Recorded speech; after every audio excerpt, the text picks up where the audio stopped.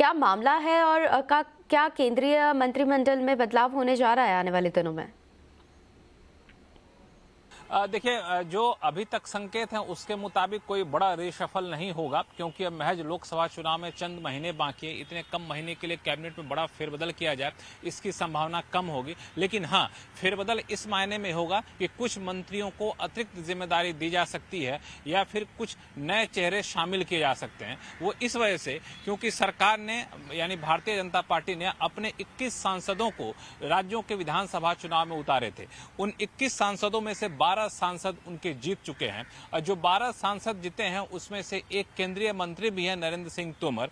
अब नरेंद्र सिंह तोमर चूंकि जीत चुके हैं तो जाहिर तौर पे संविधान के नियम के मुताबिक अगर आप 2 पद रखते हैं, राज्य विधानसभा चुनाव जीत जाते हैं, लोकसभा में पहले से बने रहते हैं, तो 14 दिन के भीतर भीतर आपकी सदस्यता लोकसभा की चली जाती है। तो सदस्यता जाने से पहले ही इन सभी जीते हुए सांसदों ने इस्तीफा दे दिया है प्रधानमंत्री को। अब इसका मतलब ये हुआ कि नरेंद्र सिंह तोमर केंद्रीय कृषि मंत्री नहीं रहेंगे। अब वो राज्य में जाएंगे, मुख्यमंत्री बनाया जाए, मंत्री बनाया जाए, जो भी जिम्मेदारी दी जाए, लेकिन केंद्रीय कृषि मंत्री का पद अब खाली हो रहा है। अब यहाँ पर एक नया चेहरा आ सकता है या फिर मौजूदा मंत्री में से किसी एक को अतिरिक्त जिम्मेदारी दी जा सकती है।